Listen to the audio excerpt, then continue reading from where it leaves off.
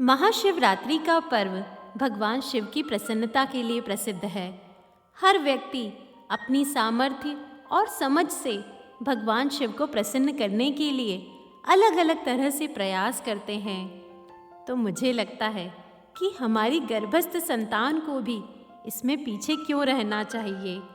और तो और आज वे आत्म स्वरूप में विद्यमान हैं, सबसे निर्मल और सबसे शुद्ध भाव में स्थित है। तो आइए उन्हें भी 10 शिक्षण द्वारा भगवान शिव का पूजन कैसे किया जाए वह बताएं, ताकि वे भी उनका आशीर्वाद पाकर अपना जीवन धन्य बना लें।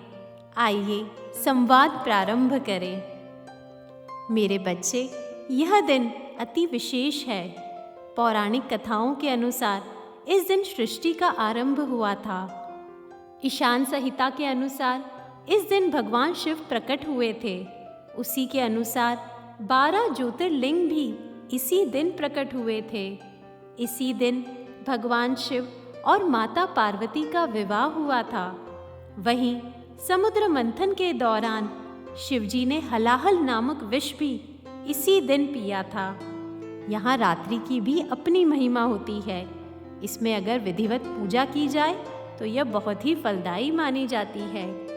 मेरे बच्चे, शिव का अर्थ होता है शुभ, भला, और शंकर का अर्थ होता है कल्याण करने वाला, अर्थात वह व्यक्ति जो सभी का कल्याण करने वाला है वही शिव शंकर है।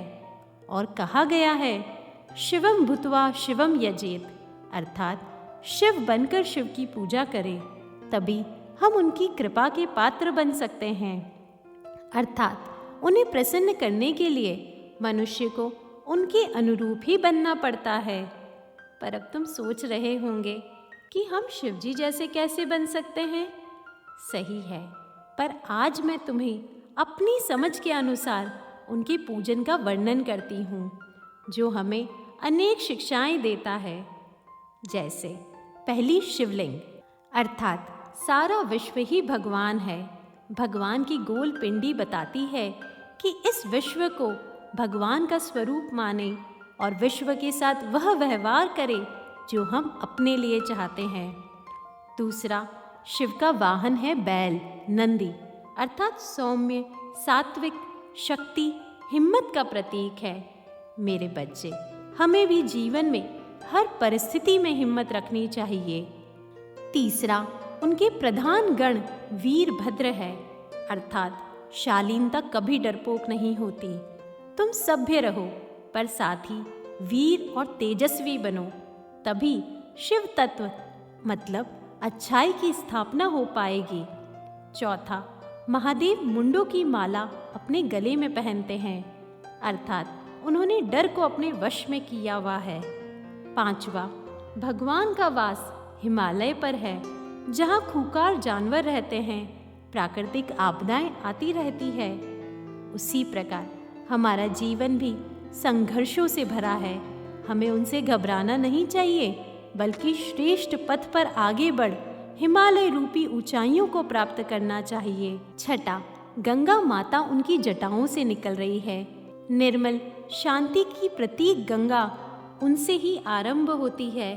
सातवां, उनके मस्तक पर चंद्रमा का चिन्ह है, जो शांति प्रिय और संसार को शांति और प्रकाश देने वाला है।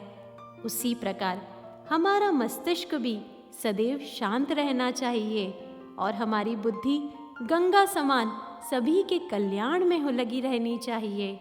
आठवां, वे भूत प्रेत सभी को अपने साथ रखते हैं, अर्थात महान आत्माएं अपने अन्य प्राणियों में कोई अंतर नहीं मानती। उनके मन में छोटे बड़े का कोई भेद नहीं होता। हमें भी धन, वैभव, पद, प्रतिष्ठा आदि के मद में अपनों के साथ दुर्व्यवहार नहीं करना चाहिए। नवा, भगवान के गले में सर्प है, अर्थात जीवन में भिन्न प्रकृति के लोग मिलेंगे, कुछ अच्छे कुछ बुरे, पर तुम्हें सबके साथ तालमेल बिठाकर जीवन चलाना होगा।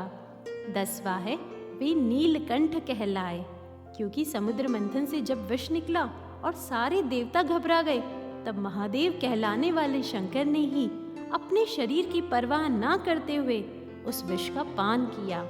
इसका मतलब होता है भगवान हमें प्रेरणा देते हैं कि हमें भी अपनी सामर्थ्य के अनुसार दूसरों की सहायता करनी चाहिए। मेरे बच्चे, अगर तुम अपने जीवन में इस प्रकार भगवान शिव की पूजा अर्चना करोगे, उनके गुणों को अपने जीवन में अपनाओगे, तो सही रूप में तुम उनका आशीर्वाद पाओगे और अपने जीवन में परम पद की प्राप्ति करोगे।